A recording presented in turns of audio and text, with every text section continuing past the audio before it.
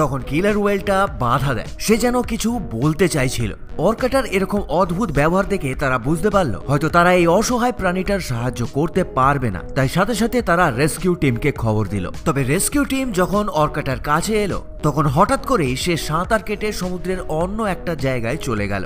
একটা ছোট্ট গুহা পার করে যখন রেস্কিউ টিম ওই অর্কাটার পেছন পেছন গেল তখন তারা দেখলো এক দল অর্কা অর্থাৎ কিলার ওয়েল সেখানে ওয়েট করছে। রেস্কিউ টিম গিয়ে দেখলো যে ওই অর্কাটার মায়ের লেজ একটা বড় দড়িতে জড়িয়ে গেছে এবং সে ওই অবস্থাতে অনেক দিন ধরেই ওখানে পড়ে আছে এবং অন্য ছোট অর্কাগুলো নিচ থেকে তাকে সাপোর্ট দিয়ে রেখেছে যাতে তাদের মা জলে ডুবে না যায়।